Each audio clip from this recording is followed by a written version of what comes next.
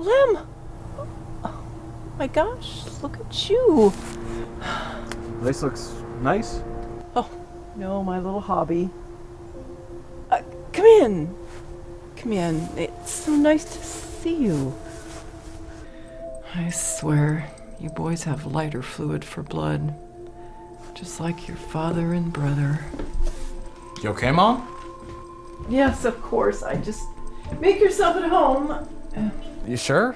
Mm-hmm. Why don't you give your brother a call and, we can have dinner together for a change. Wouldn't that be nice? Jennifer, you eat at the same restaurant. You go to the same coffee shop every day. It's no wonder you attract the same type of man. Mom, I'm a grown woman. I think I know how to live my own life. I just worry, dear. Here. I want you to have this. I was wearing it when I met your father. It changed my life. I wish I could make this easier for you.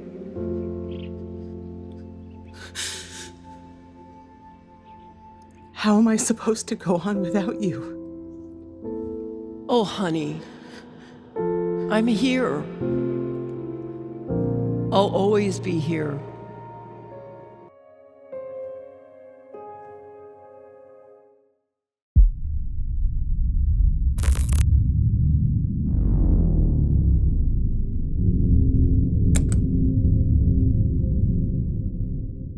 Thank you for joining us on the Downing Cut. Today, my guest is Kris Keppeler, who is a versatile film actress, audiobook narrator, and voiceover artist known for authentic, mature, and engaging storytelling. With a passion for crafting immersive, shareable content, Kris brings a warmth and professionalism to each project, from audiobooks to explainer videos to e-learning narrations and podcasts. Welcome to the Downing Cut. Kris, how are you? Thank you. Oh, I'm pretty good. Thank you for coming on. Are you in the Pacific Northwest? Oh yeah, I'm in Seattle, sitting here looking out over Lake Washington. So yeah, looking east. Beautiful. Yeah. Oh yeah. So Kris, I also see that you've done shorts. Are you? But it doesn't say specifically. You've played characters. You're an actress, voice artist, Oh yes. narrator, audiobook. Okay, so you've done it all across the board. I'm really excited because we're going to start talking about this. We're going to start digging into this because I know. So our audience is for people who are new or coming into the field or interested in getting into the field. And I think you're going to have some really good insight on how to get into this situation that you're in, which is all positive. Let me ask you though, how did you start? What sparked you to get into this voice acting, actress, audiobooks? I started out as a singer. Started out as a singer in choir in junior high. And continued all the way through junior college singing in choir. You know, really enjoyed singing. Was told I couldn't sing. I'd never learned to sing. And I got bored standing up there in a crowd of people in black dresses on a and so I quit for a while, and then I thought, well, I kind of like to sing again. And then a blind date took me to a Gilbert and Sullivan production in Bellevue. And on the back it said, "We're looking for chorus members." And I thought, well, maybe this will be more interesting than, regular choir stuff. And so I called them up. I auditioned. I didn't even have a headshot or a resume or anything, but it didn't matter. It was just, chorus for the local Gilbert and Sullivan. And in the next production, I was a fairy. And I had wings, and I got to run around on stage with a wand. And it was a heck of a lot more fun than choir. Yeah.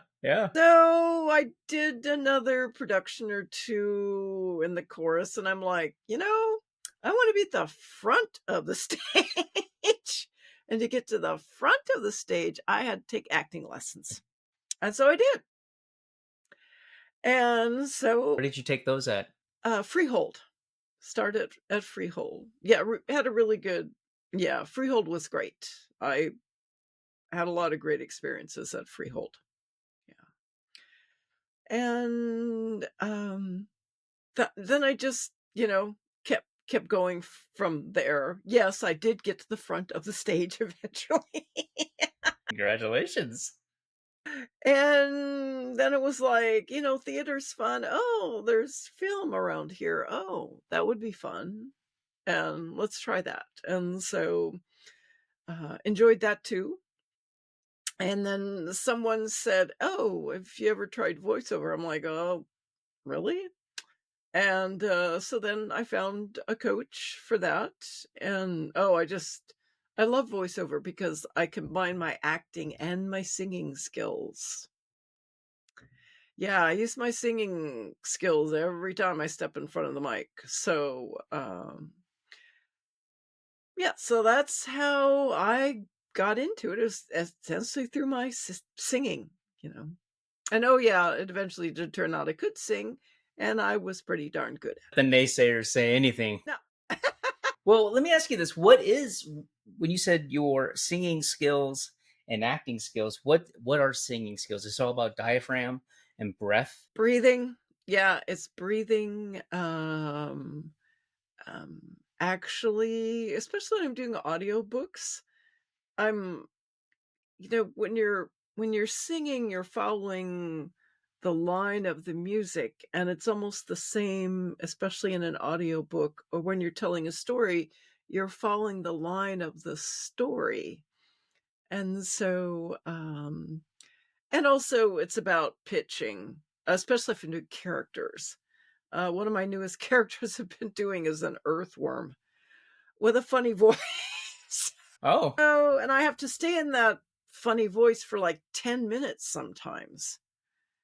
And so that's where the singing, I'm thinking about like, where am I pitching this? I need to get pitching it here. Yeah. let me ask you this: when you're doing audiobook, I've never done an audiobook. I barely scratched the surface of voiceover. Um, are you? Where do you take your breaths? Is it at you say this whole sentence with one breath and then you take a pause, or Now I'm thinking all the time about the storyline and where the storyline is taking me. And especially if it's humor, I love narrating comedy, humorous stuff. And there's so much, you have to pay attention to your pacing and where do I stop and where do I pause and where. So yeah, no, it's more like, no, I'm gonna break it up into what feels a very natural flow. So yeah, even more so than I do in a song. So yeah, are you doing audiobooks at home then? I have a little studio. It's right here about a foot away. Nice. Very nice. Is it one of those you makeshift studios, or is it actually a room that you made into? No, it's a makeshift. What we did is I lived in an old house and had an alcove. So which was perfect because the mic and stuff sits in the alcove that we put, you know, sound dampening foam around. And then we put sound dampening curtains around the one side of the alcove. So it's very makes it for a very quiet space. Yeah. That's great. How so I'm just asking you technical questions because I'm actually curious. How close, like right now I have a mic, but I am not can't even see it in camera. I'm not close to it. How close do you have to be to the mic when you're doing audiobooks? Close. Should be within about what I think they say this. Yeah. Uh-huh. Yeah.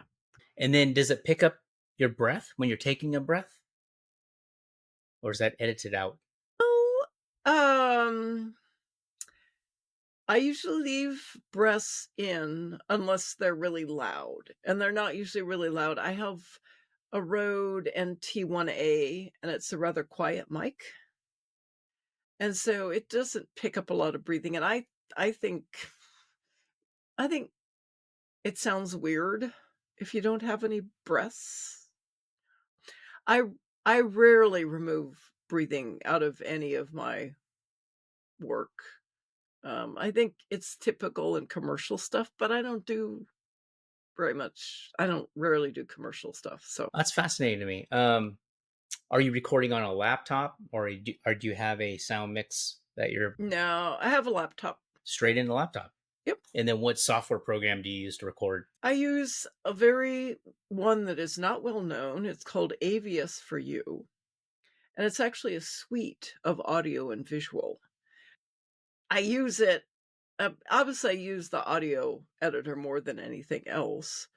But I also use it has video editing, and that's where I end up editing a lot of my audition tapes myself. Oh, okay. And I can manipulate pictures and stuff like that too. So, Very cool. So, what led you? I noticed you have a YouTube channel. What led you to create a YouTube channel? I was looking for ways to get my podcast in front of more people. Well, and it's turned out that my podcast is more popular on YouTube than, yeah, imagine that. So, yeah. That's what I'm doing. That's why we're here. Yeah, I like it because it's easier to interact with fans on YouTube. Yeah. Yeah. So, fortunately, in the podcast platforms, you really can't. It's pretty difficult. So, Where were you before? What was it? It's just a plain audio? Was it on? iTunes, all the major. It's still out there on all the major podcast platforms, but I get the most traffic on my YouTube channel for my podcast, and then I started doing some shorts and Short films? not short films, just little selfie things, little short stories. It's just me talking to the camera. Well, sometimes I record my dog. The co-star. Yeah, well, actually, one of my most popular shorts is about my dog. What is your podcast about? What does it entail? My podcast is not interview. It's sort of like audio drama, except it's comedy. It's humor. I narrate um, funny stories about life and befuddlement, and I collaborate with writers to get their short stories into audio, so they get in front of more people. People who like to listen rather than read, and I really have some great stories out there. I work mostly with female writers, but I have some really great male writers that I've narrated their stories. And do the writers, do they take your links to the podcast? Do they publish them somewhere on their site? Yeah, it's for them to share their work, or that audio work, their audio stories that I've made for them to share that around too. So yeah, yeah. So let me ask you this. You've been acting for a while. You have the experience, starting off as a singer. You do podcasts. All of these are a form of acting. You do voiceover work. You do audiobooks. What qualities or skills do you believe set an exceptional actor apart from the rest? I think a lot of it is focus, and I think finding your own path to acting. I came to acting pretty late in life. I think I was in my late 30s, and so it was a little difficult for me to get into it, and I was never channeled at Freehold into any specific technique. Um, and so it's just like, I think it's using your, you always need to bring a part of yourself to um, every role, um, whether that's film or theater or even when I'm doing, voice acting. What does that mean? Bring a part of yourself. Do a lot on feeling how I feel about what I'm saying, and what I'm saying being in that character's situation. But there's a lot of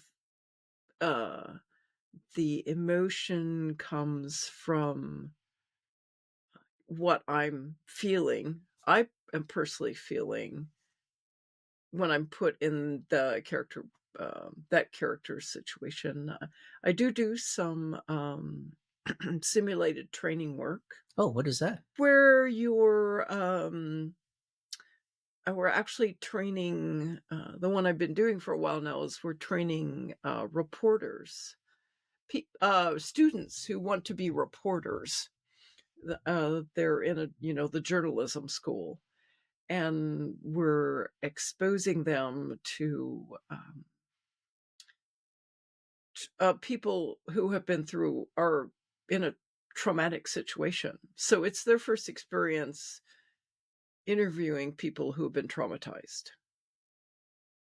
Okay, so there's actually an actor who's playing the traumatized person. Yes, that would I get that reference. be me. Yes. And it's actually very visceral. Um, not only do they think it's real, I mean, for me, it's actually real. I remember I just did one, I think in October, and yeah, October, and I came away from the first interview after we completed it because they had told me something that upset me, that was upsetting, that my son had been injured in an explosion. And I after it completed, I was actually physically shaking. So, and probably so were they in a way. Well, how do you come down from all of that then? Because obviously your adrenaline is running, right? Yes, yeah, yeah. You just, I think for me, it's just sitting quietly. Taking a breather. You need, yeah. I remember a production I was in where one of the other actresses had to physically break down and cry, I mean, bawl on stage. And we all learned very quickly that you do not speak to her for at least 20 minutes after she comes off the stage. Because she was, you know, it's it's very physical for the actor to do crying like that, and it takes a while to decompress. You're doing this for a school then. They just call you up and they're like, "Hey, okay, we need you. We're going to do a situation." And then they give you the storyline and then you just go with it. Oh yeah, this is actually through a company, and so we have a little scenario that's been hashed out, and yeah. It makes me think of, I do a lot of learning and development. I know you said you're learning too, right? So my background's learning and development, and I've seen other approaches where if it's an emergency services, they do that type of thing. They have actors who are playing someone who got in a car accident or a burn victim, or you have to apply first aid, that type of thing. So that's really fascinating. That's really cool. It's actually they've been doing the program for like 20 years, and they keep doing it because they've heard back from students that have gone on to be reporters in the field who said this was one of the most valuable experiences you gave me. How do you approach embodying characters in voiceover work compared to on camera acting? It's another layer of difficulty because there's no one there to react. So usually I've got a picture in my mind of what's happening when I'm going through it. And it depends on the character. It depends on the character, the kind of story. I mean, if I'm doing an earthworm, it's just I need to be happy, and it's keeping things exciting for the kids. Yeah. Yeah. If I'm doing a harpy, it's I have a video game credit on IMDb. I saw that. I thought that was so cool. It is cool. They actually sent me some, pictures, some stuff from the game, so I had an idea of. The game's called Agony. Yeah, it's a trip through hell. Oh my god. Tell you, it is scary. I'm looking at the images. Who do you play? Oh, I'm just some suffering martyrs who are stuck there and can't get out. Oh. So what is that? What are you yelling? Are you crying? What are you doing? Oh, sometimes yelling and crying, sometimes, oh, Oh oh. my gosh. Yeah, it's man. That's awesome though. Yeah, it was fun to do. I scared my dogs. They're like, "What's wrong with you?" They're like, "Are you okay?" Yeah. That was in 2018. Were you able to see the final product or take a look at any of the videos or shorts that they made? I didn't. It was enough for what they sent me. It's like, I really don't want to go through. I mean, it looks pretty scary. So I had an idea of the environment that I was going through. So I usually have some kind of picture in my mind. Yeah, always a picture in my mind of what that character is going through. Right now I'm with for a writer that I worked with before. I'm turning her. This is a new thing for me. I'm turning her book into an audiobook, but I'm putting it out as little snippets on my podcast to see if we can get more people to buy her book. And then I'll turn it into a regular audiobook that we'll publish to Audible for her.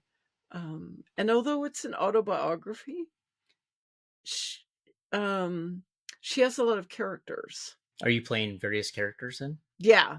You don't play them for long periods. Usually they come in and out. But still you got to remember, it's like, oh yeah, what did that stripper sound like that she talked to, in chapter 1, and now she's back for a short conversation in chapter 2. So that's the stripped down a naked memoir. Sure is, yeah. It's an amazing memoir. I'm really enjoying narrating it. We previously worked together on a short story, Life with Captain, putting the boob in Boob Cruise.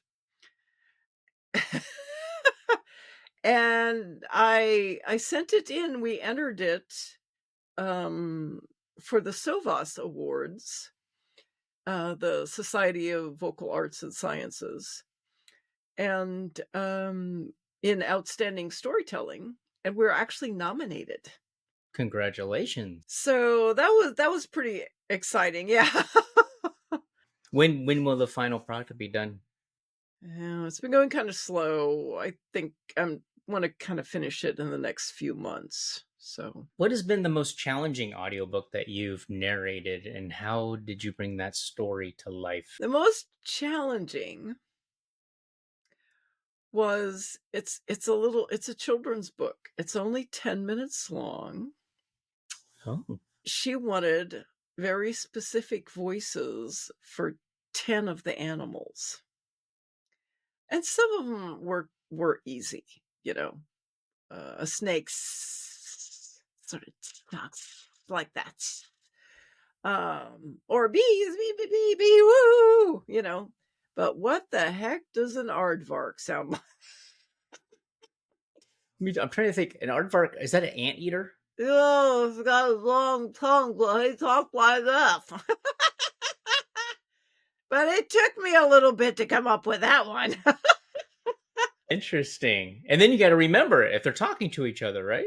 Yeah, or more, it was just coming up with, some of the animals. It's like, what unique sound can I have for this animal? And then she wanted music underneath. And You're in charge of that too then? Yeah, so, I've been I mix music into my podcast, so I I can do that, but it was something to mix all those, and she wanted special sounds, so I was mixing sounds along. That that was the most, to get the music and the sounds and everything right, and then get it past quality control at Audible. Oh yeah. What was that like? Actually, they took it the first time, so it's like, "Yay!" Are you when you send it to Audible, are you sending various different tracks or is it just one track? No, in Audible, it's broken up. It's broken up. You need a special intro and outro. I mean, the outro could be the end, but it has to be a separate file. Um, yeah, and the intro is, written by, narrated by, and production copyright. It's, um, and you announce the name of the book. Um, so they're very specific in what they want. Um, and then each chapter or section is uploaded separately. So it's each chapter, or I've done some books, nonfiction books that were actually sections. And so we uploaded those as a chapter, you know. Are you so you're not doing it like layer, like here's the music layer, here's No, yeah, generally Audible doesn't like music and stuff like that, but that's what this children's book author wanted. So how does your experience in acting influence the way you approach voiceover projects for like e-learning or explainer videos? in when I'm doing that kind of work, it's I need to be interested in the material, because if I find the material, if I don't make the material interesting, who's going to want to listen to it? So I'm bringing a level of interest. I find this interesting. Isn't this interesting information? That's what I'm uh, working at when I'm doing nonfiction stuff or explainer videos, or yeah. What kind of explainer videos have you turned down because you weren't interested in the topic? Oh, I don't turn down anything Oh, okay. except erotica. I don't do, but that's not a match for my voice anyway. It's like, yeah. No, you can fake it. That's hilarious. Yeah. Well, it's so interesting because I've done explainer videos, and being an actor, I'm like, I'll just do it myself. So, but Yeah, but you have to bring a level of interest to it. oh, absolutely, I agree. Like, I won't be doing any coding explainer videos. Yeah. All right. So, well, that's interesting. What kind of videos have you done? Oh my goodness. I must have done 100 scripts for teaching math to kids. It's like, uh, boy, it's a good thing I was actually good at math and I like math. So that was a good thing, because it's like, whoa, rectangle, theorem. It's pretty up there. It went up there then. Yeah, there was actually did quite a bit of geometry stuff. Yeah. Wow. Maybe I should have taken that. I didn't do very well in geometry in school. So that was that yeah, and I did, boy, that was a big project. I worked for over a year on that. It's great though. But it was really fun. How did you find that job? Was it through an agent or were you soliciting out? Through an agent overseas that I had worked with before, so she knew about me. That's very cool. Being in learning and development, I just recall many times where voice actors like yourself would reach out to me and say, "Hey, you ever need any narration or anything for your e-learning courses?" It made me laugh because I'm like, "Well, we have it in-house. We'll just use our in-house people for this." But yeah, it's a dynamic that I see a lot of learning and development people go into as well. which is always fascinating to me. So when you narrate an audiobook, do you feel a deeper connection to certain genres or types of characters? I have a vocal fit for obviously comedy, um, but also health and fitness. Why do you say obviously? Like, how would I know that? I don't know what is it? I like narrating comedy. I have for a really long time. And then you said health and fitness. Health and fitness, spirituality, which was it's like, oh, alrighty. Never thought of myself in that manner, but something about my voice lends itself to that genre. Obviously, kids, biography, and self-development. I've done a few of those. What did you do in self-development? Let's see, I did one called The Bread Box, Life by the Slice. And that was, well, it was sort of a self-development coaching. So something about my voice also lends it to audiobooks that are sort of in a do a lot of coaching, or yeah. That's a compliment. I mean, your voice is nice. I mean, I have my headset in. I'm not pulling them out. We're having a conversation. I'm an audiobook fan, so I have a ton of audiobooks, and so I understand the nuances when you're listening to self-development, which is mostly what I listen to. So it's really fascinating. In what ways do you believe voice can enhance or change the listener's perception of a story or message? By bringing an emotional level to it, and taking that emotional level in different ways. I think it's about bringing immersing yourself in that story, that the listener finds it easy to become immersed. What are some of the techniques that you bring to get to that emotional state? How I feel about what I'm narrating. You know? If I'm doing a character, it's like, how is that character? How would I feel if I was that character in that situation? So just like you would on site if you were acting. Okay. So sometimes you have to sort of put yourself in the scene, but you're doing that, you're imagining that in your head, that scene. That's great though. I mean, I think a lot of people lose that as we get older. The imagination, right? I think it's interesting because it's easier if you're on set because you see it, right? Everything's tactile.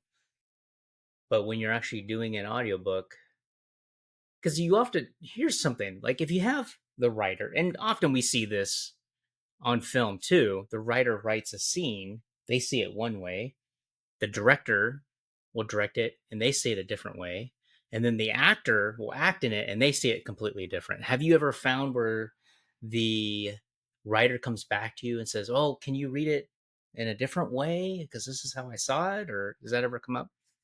Yeah, it does come up. I usually do a sample for an author and say, does this sound like you would like it to sound? And occasionally they've come back and said, I remember I did a biography, and and I was, thinking it was a little happier than she really wanted it to sound. She's like, I would like it to be a little more serious. So that was an easy adjustment to make. But yeah, that's why I always do a sample. What is that? So how do you make it sound? Give me a sample right now. How do you sound serious versus happy? Oh, this is my happy space, and this is my rather serious space, but I'm still interested in what I'm saying. Yeah. Oh, okay. So when you did your sample, it was a higher pitch then. Probably a higher pitch. Probably a higher pitch. She wanted it to be a little bit more somber. She grew up she was actually originally from Mexico, and spent part of her childhood there, in rather rough circumstances, at some point. So, and then she had some trials once she got here to the US even. Yeah. So that's exactly along those lines, right? Having that message of this is how the emotional part of it. Have you ever had to do accents? I have. It is certainly not my area of expertise. But yeah, I've had to do I did this was a comedy book. And the villain was described as sounding like Speedy Gonzales. And so I went out and I watched Speedy Gonzales cartoons on YouTube Yeah. to try to get that accent down right. Did you have to speed up your pace as well when speaking? I think it was more the very, make a higher pitch. Yeah. How do you stay creatively inspired and avoid burnout while managing multiple projects like acting, your podcast, voiceover, narration? Making sure that I don't overcommit to stuff, and I think a big thing is I devote certain days to certain things.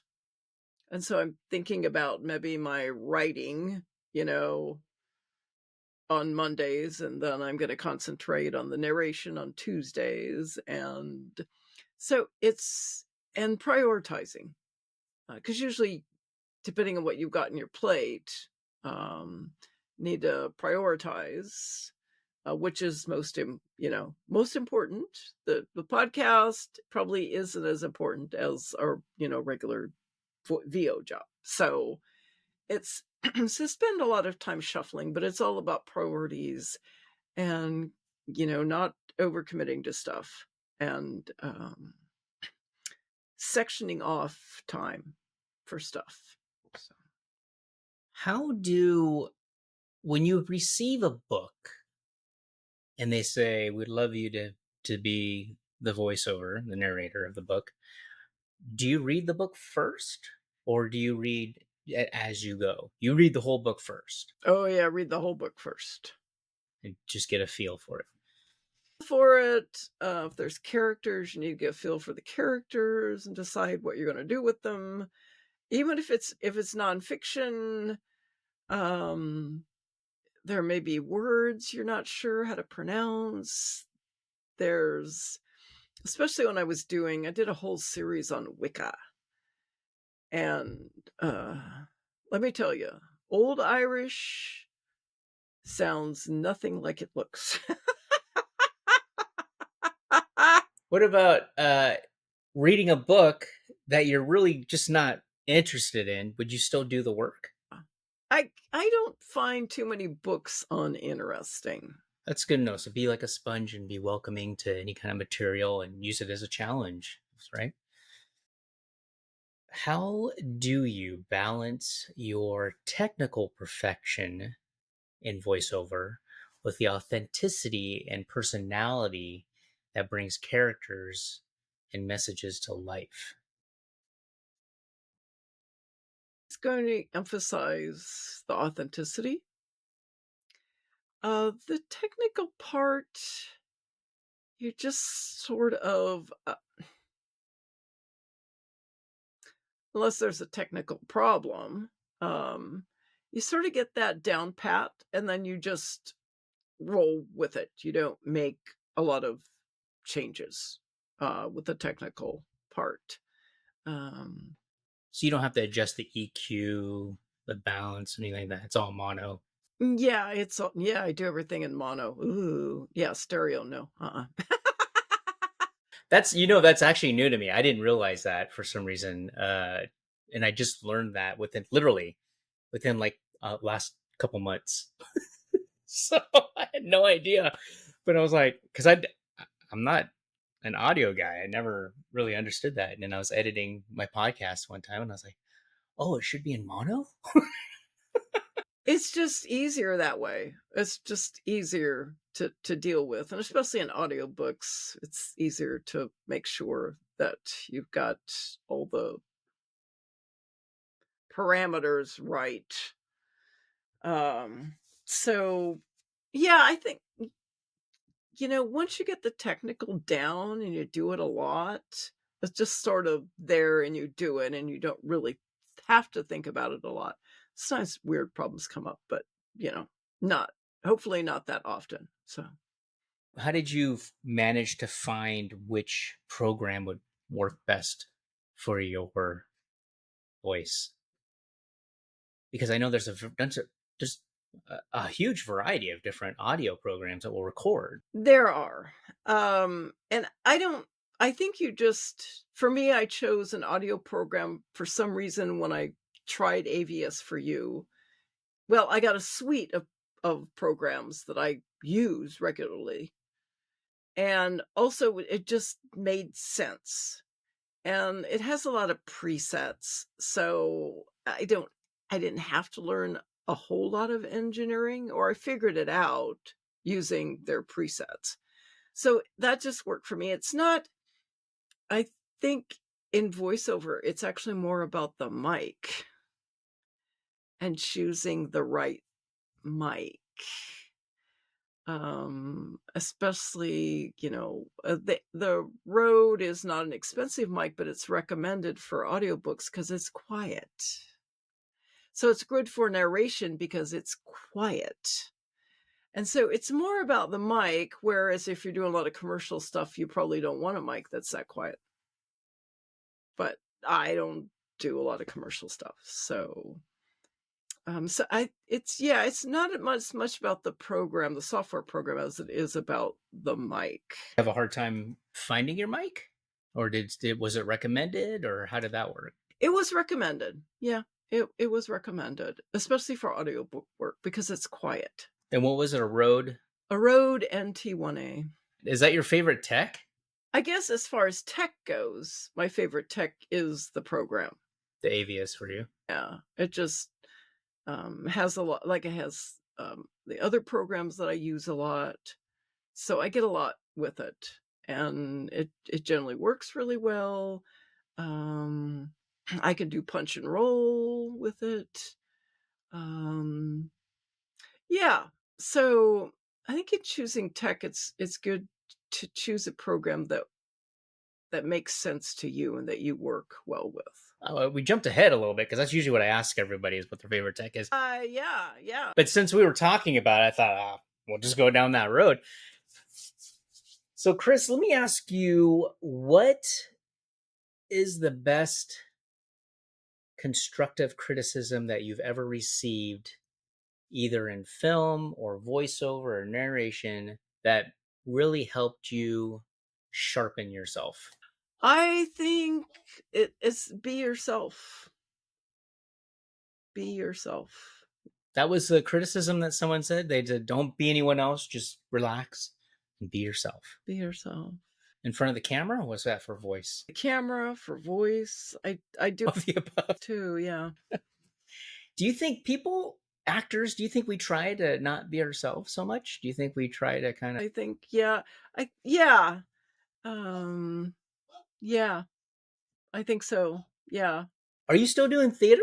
Not very often. No, I haven't done. I like to do work in front of a live audience, but it's just a black hole for time. It is. And there's more opportunity right now, and I have an agent, and so actually been doing a lot of commercial auditions. So. Who's your agent? Big Fish. I tried to get Melissa to be on here, but she hasn't come on here. So if you talk to her, just say, hey, Joe wants you on his podcast. What do you prefer, film over theater, or do you actually have that love of theater because of the audience? In the space I'm at now, I prefer film. Why is that? Don't say time. We'll take that black hole of time out of it. But why film? I know the intimacy of it, variety,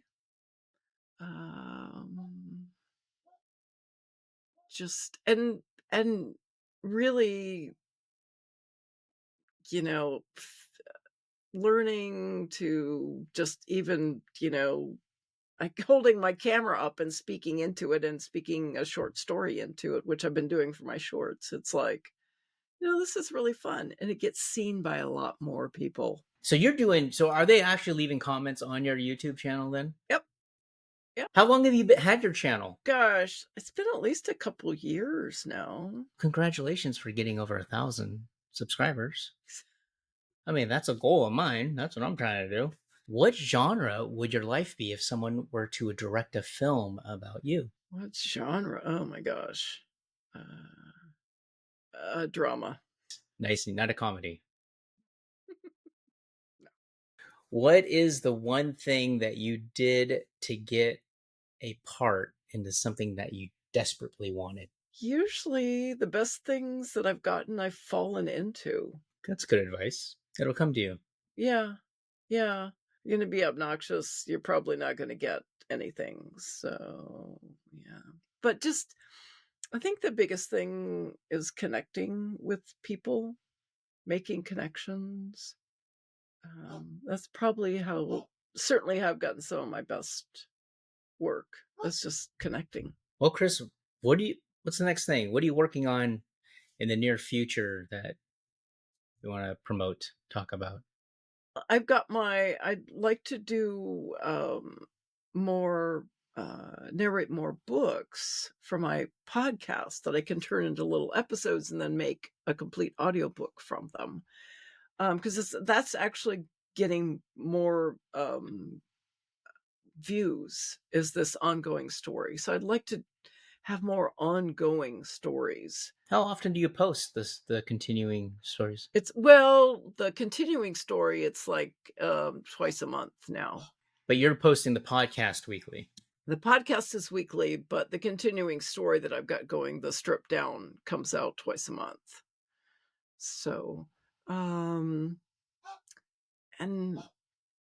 so I'd like to do that. That seems to be, people seem to really enjoy that, considering the downloads that I'm getting so far with it. Now you're editing your videos as well. The videos that are on my YouTube channel, I make those with an app. For my podcast, I make those with an app called Headliner. So I really don't do much there. No, my big thing, my big challenge that has recently happened that has turned out very well, and I would like to do more of, is a children's book author approached me. He had a picture book. It had, a little poem or a very short story, and then these beautiful illustrations. And he's like, I would like to put this together into, he sort of intimated, some kind of video format. Mm-hmm. Then we got going, and I thought, I can do this. And I got up to speed on Adobe Creative Express again. And which, the way they do things, it's a good way to put something like that together. And he's like, oh, well, we're going to make this into a film and I'm going to submit it to children's film festivals. And I'm like, what?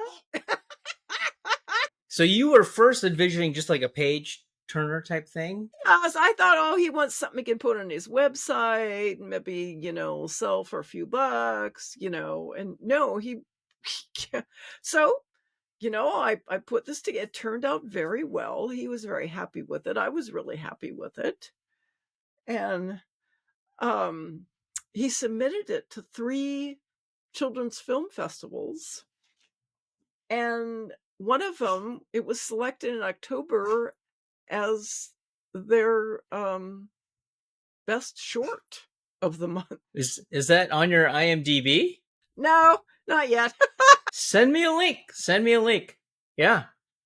That's awesome. It's like, wow, I made something and I won an award. That's all good. So I'm currently working on his second project. Oh, very cool. Doing it again. So it's like, wow, I'd like to keep doing this. So his film is not necessarily live action. It's actually looking at the book and you're just turning the page. And then you're narrating the story. Yeah. So as I narrate the story, the page goes along. And so but it it turns out, I mean, it's an MP4. It's a little film, but it's not live action. But it is a little film. Is the pages digital, or are you just filming it and then you're turning it? No, it's digital. Okay. I did that. I did something like that in college once. And you said it was Adobe Express. Adobe Creative Express. Okay, because I think I used Acrobat, and it was a final project, and I took everybody's art that they had and description and did a layout and design, and then I made a PDF where it wasn't automated or anything. It wasn't like a video, but you can turn the page. It was like a book. You would turn the page like they have now. Everything's automatic. It goes just like, as A regular book. the narration goes along, you see the illustration that goes with that.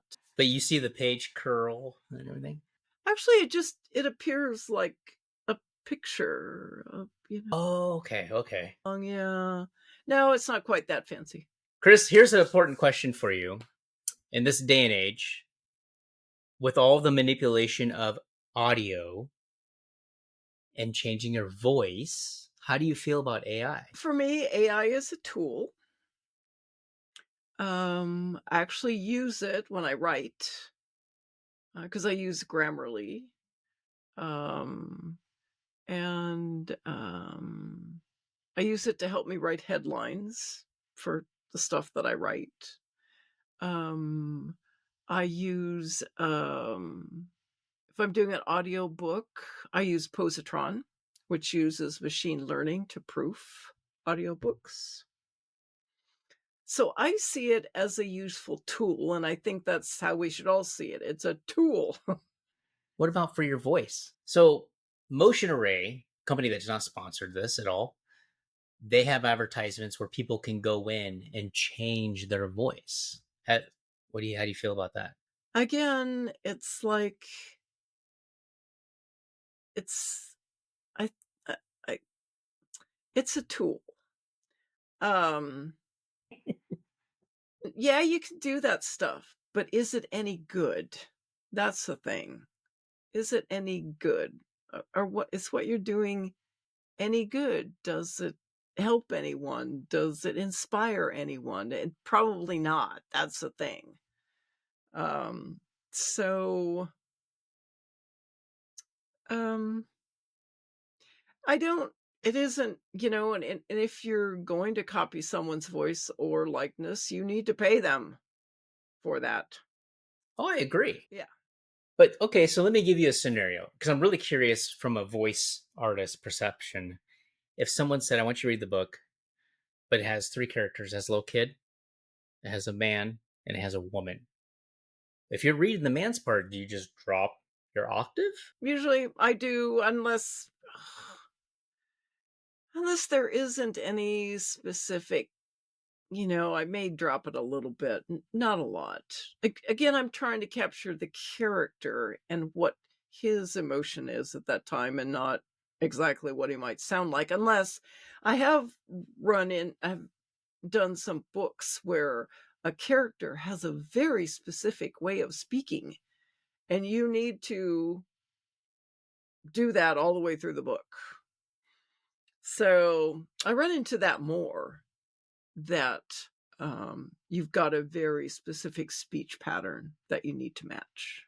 What about, so I want to bring in AI because of AI. They said, hey, you can sound like a man with the click of a button, and then you can sound like a woman with a click of a button, but it's still you performing it.